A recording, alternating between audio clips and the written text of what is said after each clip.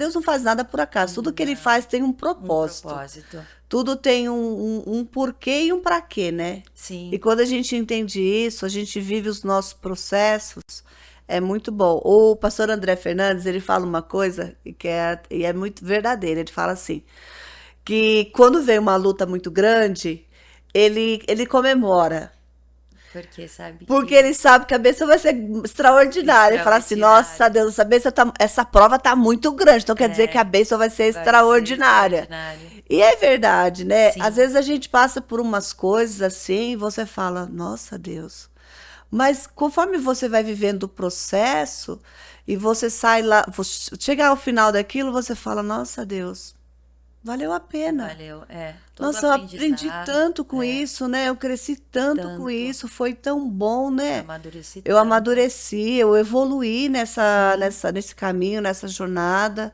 E é gostoso quando a gente vive isso e a gente sai ao final da história e a gente não tem vergonha do processo. é. Durante muito tempo eu tive. Durante um período da minha vida eu tive vergonha de falar sobre o assunto, sobre o meu passado, né? Durante um bom período. Só que depois eu entendi que isso poderia fazer diferença na vida de outras pessoas, porque o que eu vivi, outras pessoas poderiam estar passando também. E eu, através do meu testemunho, eu poderia ajudar essa Sim, pessoa de alguma maneira. Então, hoje eu entendo que isso de uma maneira bem positiva, que eu preciso sim ser um testemunho. Deus me colocou fez eu passar tudo isso para hoje eu poder ser um testemunho para você vivo ser uma dele, né? voz. Uma voz. Então eu acho que hoje isso já faz parte de mim. Hoje eu entendo que eu preciso falar sobre isso para as pessoas, eu preciso deixar que a minha história chegue em mais lugares para as pessoas poderem entender. É, porque às vezes tem gente, sabe, Jaque, que às vezes não tem as mesmas oportunidades que você teve, Sim, sabe? E às vezes essas pessoas elas precisam de alguma forma ser ouvidas. E aí o sim, Senhor levanta pessoas que vão, né, trazer voz sim, a essas pessoas, trazer um rosto. E Deus trouxe um rosto, ó, da Jaqueline Oliveira. sim. E você é o rosto. É, e é bem isso mesmo. Às vezes, por isso que eu falo que às vezes eu olho assim, eu não acredito aonde tudo isso chegou, sabe? Sim. De acreditar que hoje meu nome tá estampado e hoje eu posso falar da minha história sem vergonha, eu posso levar isso para outras pessoas também, poder fazer a diferença na vida de outras pessoas. Sim. E conta pra gente um pouco então dessa história. Vamos transbordar aí na vida de todo mundo que está nos acompanhando agora. Sim, então, na verdade a minha história começou bem cedo, né? Eu desde cedo sempre quis ser uma pessoa muito independente, buscar trabalhar logo desde cedo, ter minha independência financeira. Tive sempre meus pais, sempre me apoiaram, sempre tive minha mãe presente, meu pai presente. E então logo desde cedo eu comecei a trabalhar. Com 14 anos eu já trabalhava e aí nesse meio, no trabalho onde eu tive, lógico, a gente vai conhecendo novas pessoas, criando, andando em novos ambientes, criando novas amizades. E a partir daí eu comecei a iniciei no vício, que foi a primeira, foi meu primeiro o meu início foi ali, né, nessa caminhada. Eu comecei a beber primeiro, né, tomava uma cerveja todo dia final de trabalho, achava que isso era normal, trabalhei o dia todo, eu Você mereço. tinha quantos anos? 15 anos. 15 anos. Com 15 anos eu comecei. Então, com 15 anos eu saía do serviço, hoje eu vou tomar uma cerveja com as minhas amigas, e porque eu trabalhei o dia todo, isso é normal. Para mim era algo que eu merecia por ter trabalhado, era a minha recompensa na minha cabeça. Então, eu comecei a partir disso, e da bebida, comecei a sair para alguns lugares, andar na noite. Então, da bebida, eu comecei a usar a maconha, que foi o meu primeiro contato com droga, foi a maconha. Época no início de faculdade também. Então, no círculo de pessoas que eu andava também, então eu comecei a usar maconha. E da maconha foi surgindo outras drogas também, né? Porque eu falo que a gente sempre só precisa do início. Ela é o início, ela é a porta de abertura para outras coisas. Aí da maconha eu comecei a usar cocaína, que foi a primeira droga mais forte que eu usei. A cocaína eu usei durante um bom período também. E da cocaína eu fui pro crack. Na verdade, eu iniciei com um mesclado que chamam, né? Nem sei se dessa maneira chamam mais, era a mistura da maconha com crack. E do crack, e dessa mistura eu comecei a usar o crack. Foi a porta de abertura, assim, pra mim também. Então uma coisa levava a outra. E durante um grande tempo, assim, eu nunca me achei uma viciada. Porque achava que eu controlava a droga, né? Eu só fazia isso aos finais de semana, não todos os finais de semana. Às vezes eu usava, aí ficava 2 meses, 3 meses sem usar. Aí eu achava, ah, tá tudo bem. E aí eu saía de novo, usava de novo. Aí mais uma vez eu saía e usava de novo. Só que na minha cabeça, não, eu não sou viciada, eu consigo controlar isso, né? Eu fico um tempão parada, sem usar nada, como que eu sou viciada? Viciado usa todos os dias. Então eu demorei um tempo para entender que eu era assim uma viciada. Eu usei droga dos meus 15 aos meus 26 anos. E nesse período eu tive meu filho, eu engravidei.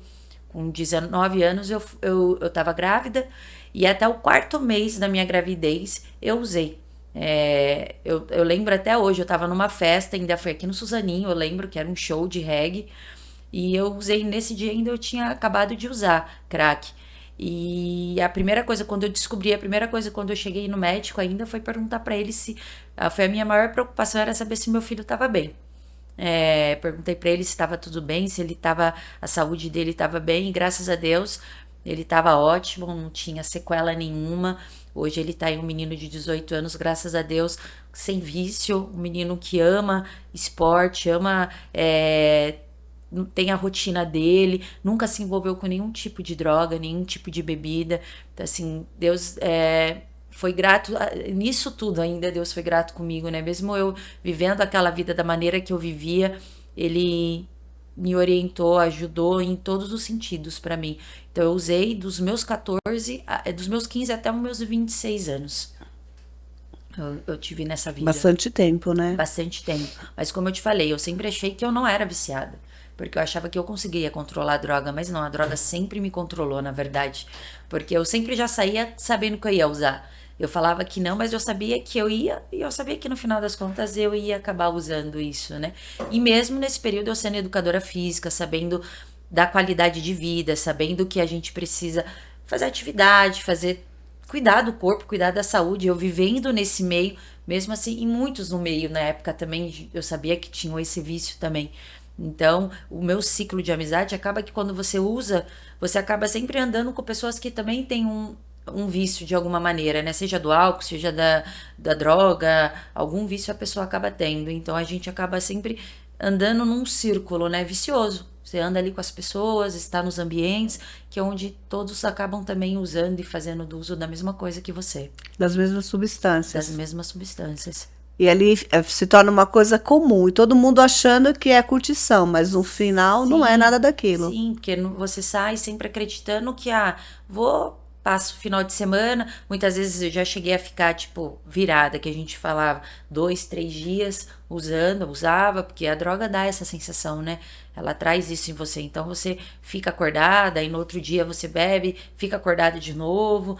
Então é um ciclo. Você vai fazendo isso sem entender os malefícios que isso está trazendo para tua vida, né? E mesmo eu, sendo mãe, já depois que eu tive meu filho, muitas vezes eu ainda continuei, na verdade, muitas não, né? Eu continuei a usar. É, eu sempre ainda saía, às vezes, finais de semana, acabava usando do mesmo jeito. Então, eu, na verdade, encerrei, parei mesmo, tô limpa desde os meus 26 anos. Foi onde foi a última vez que eu usei mesmo, que eu usei o crack, foi com 26 anos. E essa questão da criação do seu filho, quando o seu filho pequeno, você deixava seu filho com seus pais Às vezes e era o ia que pra acontecia. balada e Isso, era isso mesmo. Ou deixava com meu pai, com a minha mãe, ou deixava com a minha sogra, que é a avó dele, deixava com ela, e você aí acabava saindo e ficava o final de semana fora. com o Era, marido e ia embora. ia embora. Era isso. E assim, era uma coisa que a droga acabava te roubando isso e você não Sim, percebia. ela me roubou muito tempo junto do meu filho. Eu falo que isso é um dos meus grandes arrependimentos, é o tempo que eu passei muitas vezes longe dele, não curti ele em muitos momentos por causa disso. Porque aí depois eu chegava mal, porque no outro dia você fica mal, te dá uma depressão muito ruim, você fica mal, você fica arrependida, passa várias coisas na sua cabeça. Todo mundo que é usuário, logo depois que passa aquele êxtase da droga, a gente fica assim, né? dá aquela depressão, dá aquela sensação de culpa, aquela sensação, poxa, mais uma vez, o que que eu fiz? Você fica mal ainda durante alguns dias até você se recuperar de novo. Então, eu passei um bom período, nesse período, acabei não aproveitando mesmo, sim, alguns momentos que eu poderia ter estado mais presente com ele. Mesmo sendo uma mãe sempre presente, mas eu acredito que eu perdi alguns momentos com ele por causa disso. E essa parte da amamentação, você amamentava Sim, eu amamentei ele até 8 meses. mesmo E usando não, drogas? aí depois nesse período foi o período que eu parei, que foi o período que eu amamentei meu filho. Depois que eu tive o Matheus, eu não usei nada, fiquei um ano limpa. Até o período de eu amamentar ele, tudo, eu não usei. Depois que eu terminei de amamentar, passou um ano e meio, eu voltei de novo. Porque aí foi onde eu voltei a sair, encontrar os amigos, voltar para aquela rotina de novo. Aí foi onde eu voltei de novo a usar Entendi. novamente. Então você entende que os amigos para você naquele momento eram uma influência super negativa. Sim, os amigos, o ambiente, eu não os culpo, porque a gente que eu que Faz as sei, escolhas, é. eu que fiz as escolhas foram todas minhas. Eu escolhi estar ali, eu escolhi andar com quem eu andava, eu não culpo nenhum deles, mas aqui, o ambiente, o lugar onde eu andava, eu frequentava, me fez a usar, a fazer tudo que eu fiz naquele período. Sim. E para você se afastar disso, você teve que se afastar dos seus amigos. Tive, é que nem eu falei, né? Depois de um período, quando na verdade, aí com meus 26 anos, como que foi essa mudança, nessa virada de chave? Eu conheci a arte marcial que eu faço hoje, que é o Muay Thai, que foi aonde que eu falo que foi um dos instrumentos que o Deus usou para poder fazer essa mudança na minha vida, né? Eu comecei a treinar Muay Thai, tive meu treinador, que naquele período ele me orientou, era quem nos orientava ali durante a parte de treinamento, e ele era uma pessoa muito rígida quanto à parte de atletas, né? Porque eu iniciei o Muay Thai, mas era só para fazer uma atividade física, mas depois eu peguei o gosto disso e quis ser uma atleta mesmo profissional, me tornar uma atleta.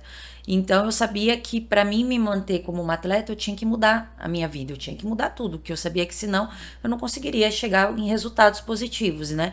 Então, a partir do momento que eu entrei nesse mundo de luta, começar a treinar, começar a vivenciar isso todo dia, foi aonde eu entendi que eu não poderia mais, isso não poderia fazer mais parte da minha vida.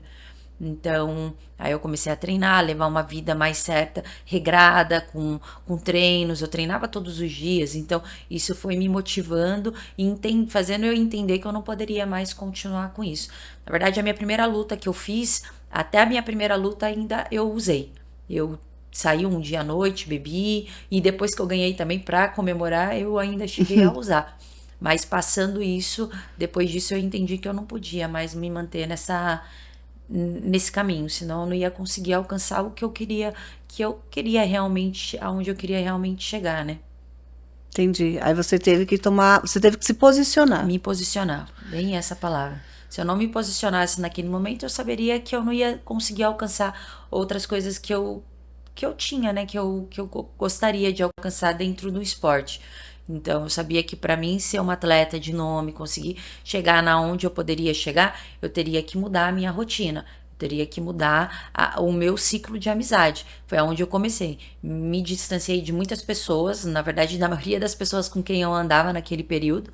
Eu me distanciei e comecei a viver criei um outro ciclo de amizade de pessoas que também buscavam a mesma coisa do que eu e comecei a caminhar pelo aquele caminho, né? Comecei a buscar o esporte, comecei a me dedicar, tanto que eu me tornei uma atleta profissional, encerrei minha carreira com 33 lutas. Então, assim, eu me tornei mesmo uma atleta profissional. Então, para mim chegar na onde eu cheguei, eu sabia que eu precisava mudar totalmente o sentido da minha vida.